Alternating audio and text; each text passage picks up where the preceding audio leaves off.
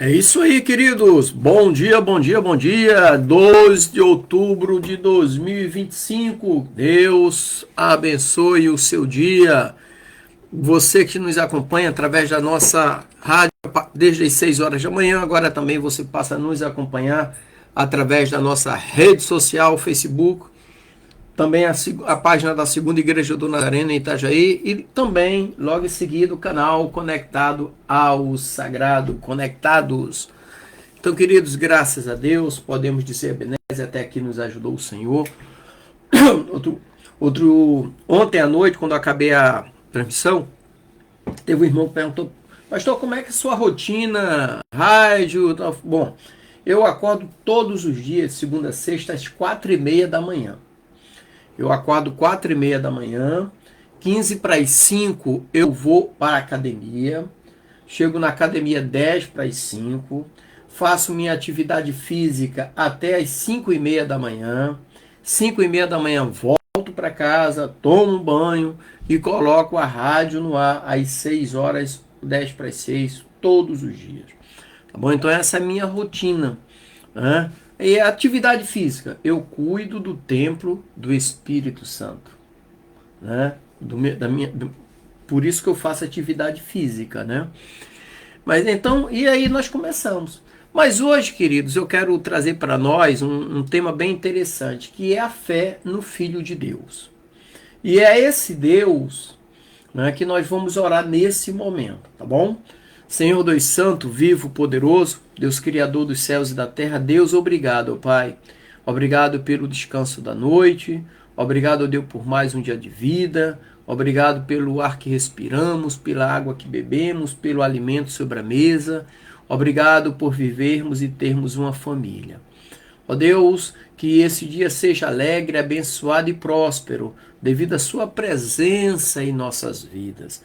Que seja repreendido nesse dia, ó Pai, todo espírito de enfermidade, todo espírito de vício, de prostituição, todo espírito de inveja, de avareza, de mágoa, de rancor, de ódio, e que verdadeiramente o Teu Espírito Santo tome lugar em nossas vidas, nos consolando, nos confortando, nos alicerçando e nos direcionando. Esta é a oração que o teu servo faz neste dia, em nome de Jesus. Amém. Graças a Deus. A fé no Filho de Deus. O texto que nós vamos ler está aqui na primeira epístola de João, no capítulo 5, do versículo 1 ao 5, que diz assim: todo aquele que crê que Jesus é o Cristo é nascido de Deus, e todo aquele que ama o que o gerou também ama ao que dele é nascido. Nisto conhecemos que amamos os filhos de Deus, quando amamos a Deus e praticamos os seus mandamentos. Porque este é o amor de Deus, que guardemos os seus mandamentos.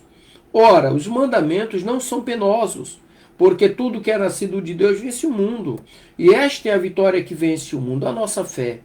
Quem é o que vence o mundo, senão aquele que crer ser Jesus, o Filho de Deus? Então a fé no Filho de Deus. Bom, imagina uma família reunida ao redor de uma fogueira à noite. Uma criança olha para o céu estrelado e pergunta: como posso saber que Deus realmente existe e que Ele me ama? Essa pergunta ela não é nova.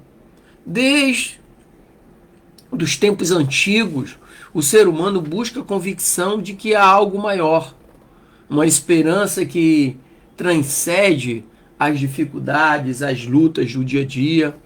Então hoje eu quero refletir sobre uma certeza que vem da palavra de Deus.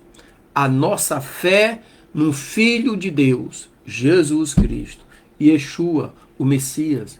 Como ela é fundamentada? Como podemos fortalecê-la?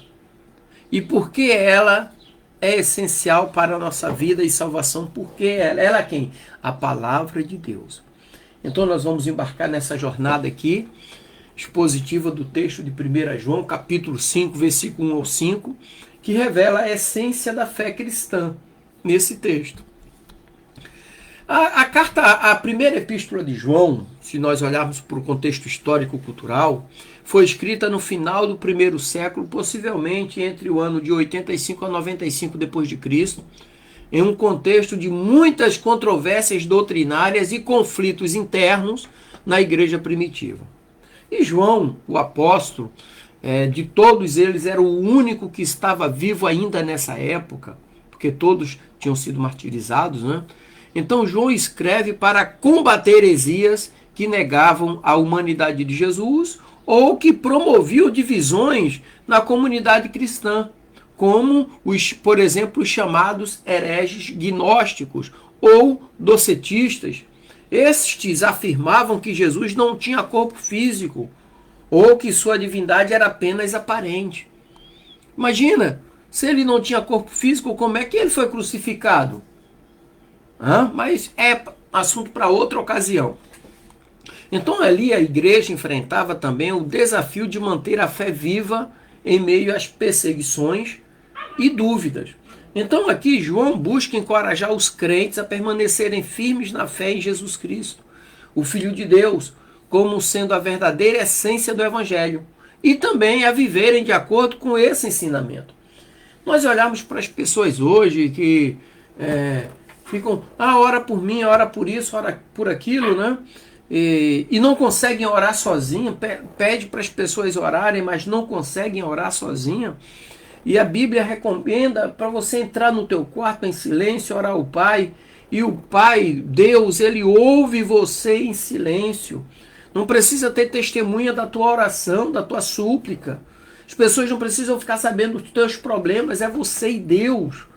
Jesus recomenda isso. Né? Então é bem interessante o que João escreve aqui nesses 5 primeiros versículos do capítulo 5. E por conta disso, tem uma discussão teológica nesse ponto aí. Por quê? Porque no cerne do texto encontramos conceitos essenciais, como, por exemplo, fé no Filho de Deus. O que é fé no Filho de Deus? É acreditar que Jesus é o Messias. Yeshua é o Messias, o Filho de Deus encarnado. Lembrando que João era judeu. Ok? E nascido de Deus. O que significa nascido de Deus? É a nova vida que ocorre através da fé em Cristo. Tem muita gente hoje que frequentam a igreja, estão na igreja há anos e anos, mas não tem uma nova vida, que é justamente a vida que ocorre através da fé em Cristo. Jesus diz assim, tudo que pedirdes ao Pai em meu nome recebereis. Não é as pessoas pedirem por você, é você mesmo pedir ao Pai. Em nome de Jesus, tudo que pedirdes, tudo que você pedir ao Pai em meu nome recebereis.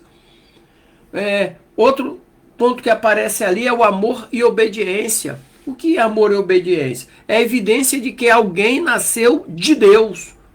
Quando a pessoa tem o amor, a essência do amor divino na vida dela, e é obediente à palavra de Deus, isso quer dizer que ele nasceu de Deus, nasceu através de Cristo Jesus, novamente uma nova vida.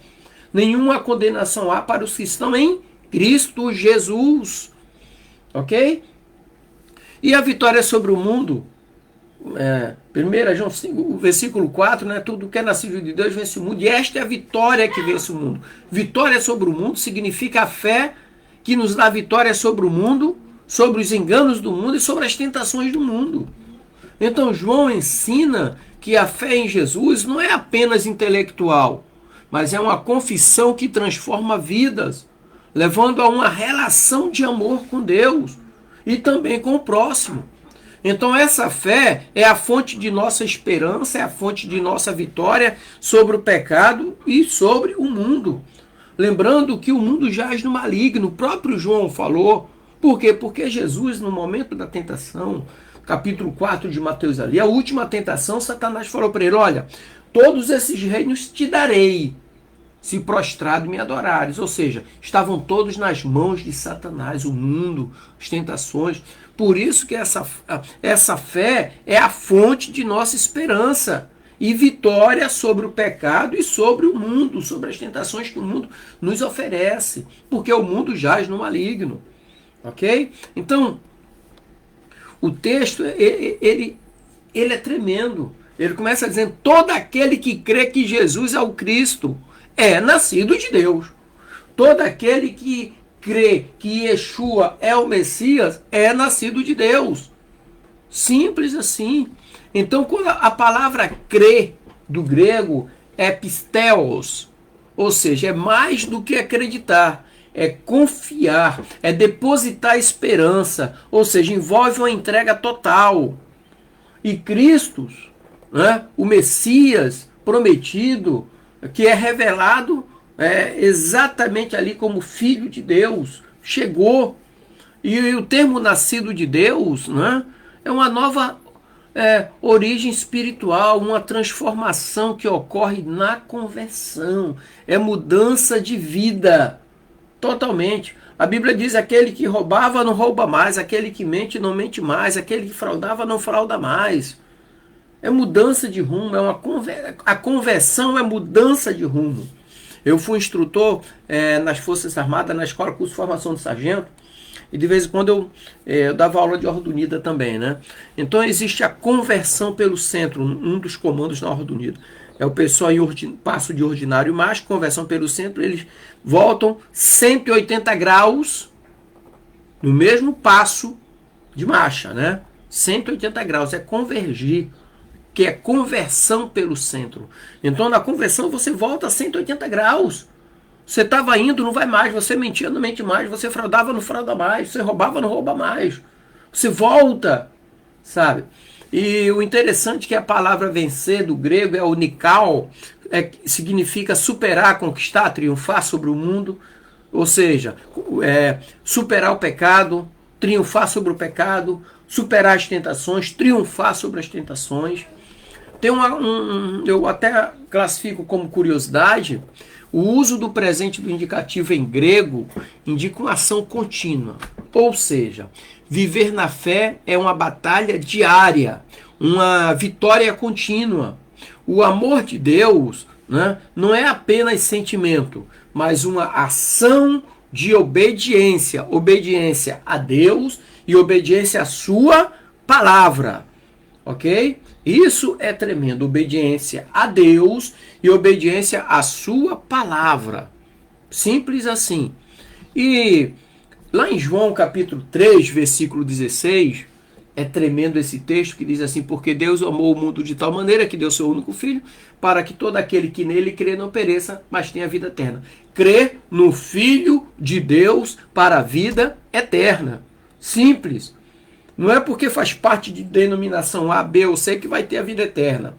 Todo aquele que nele crer, né, não pereça, mas tenha vida eterna. Por quê? Porque não pereça, porque não morra. Porque Jesus tem a chave da morte e do inferno nas mãos. Apocalipse 18. E ele diz assim: aquele que está em mim, ainda que morra, viverá. Ponto. E a carta que Paulo escreveu aos Efésios, capítulo 2, versículo 8 e 9, fala exatamente assim: pois pela graça sois salvos, mediante a fé. Fé em Jesus Cristo, Yeshua, o Messias. Ok? E Romanos 10, 9 diz: se com a tua boca confessares Jesus como Senhor, olha só, serás salvo. Se com a tua boca confessares. Não ter vergonha de dizer que é cristão. Ok? Não ter vergonha, que é dizer que é seguidor de Jesus. No seu local de trabalho, onde você estiver. Em Gálatas 3,26 diz assim: pois todos sois filhos de Deus pela fé em Jesus. Ou seja, fé no Filho de Deus. Então essas passagens reforçam que em Jesus e ele é o caminho para o quê? Para a salvação.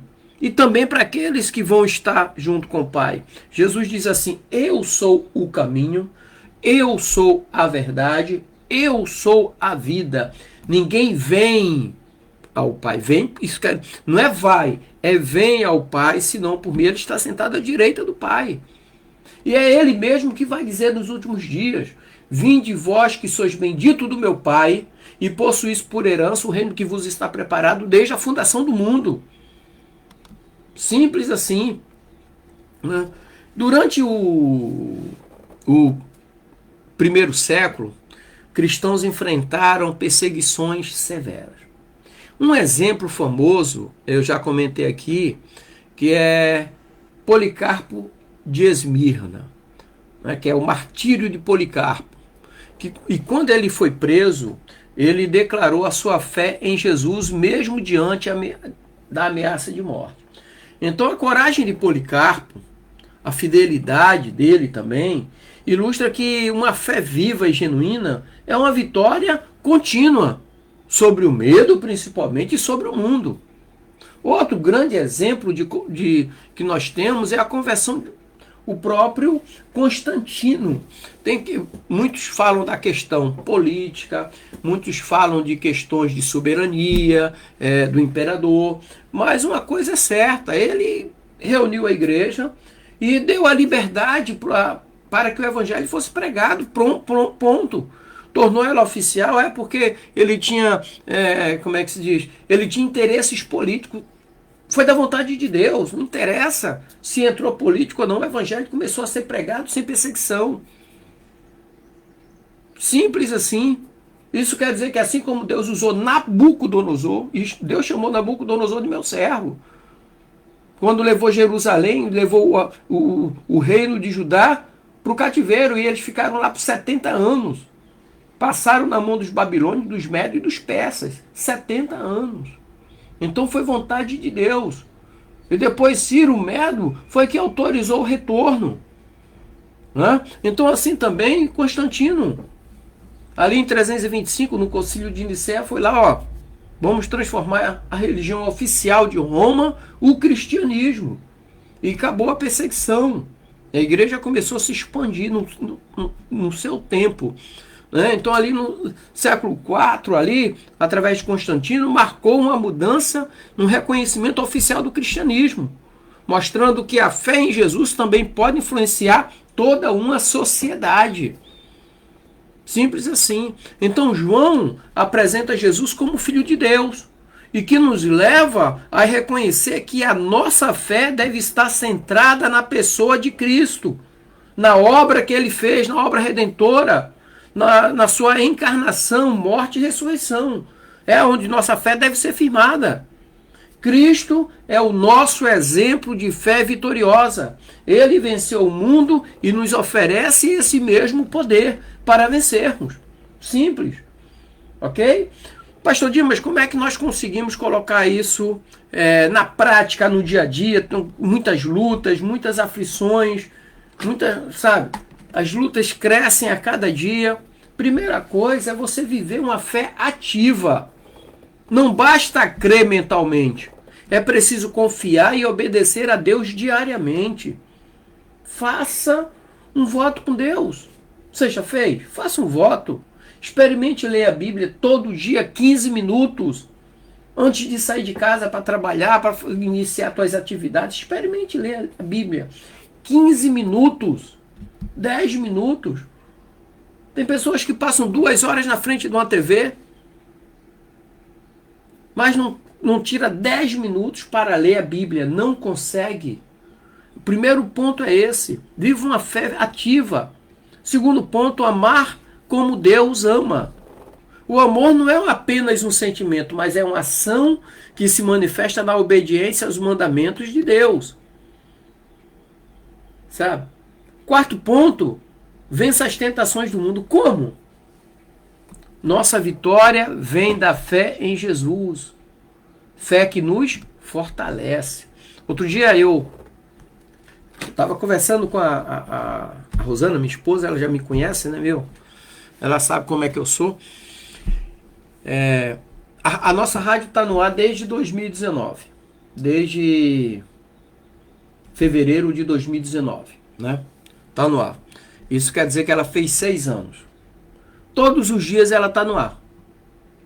E quando vem aquele momento de desânimo, eu faço alguma arrumação para não desanimar. Porque isso aqui é um voto que eu tenho com Deus. Eu fiz esse voto quando eu estava fazendo quimioterapia. Então eu fiz esse voto com Deus. Deus restaurou a minha saúde, restaurou a minha vida. né? Tive nódulo no pulmão, no estômago, no intestino. A medicação que eu tomei, minha medula parou de funcionar. Então eu entrei no médico, ele falou, ele vai entrar em metástase. E Deus me segurou, me sustentou, então eu fiz o voto.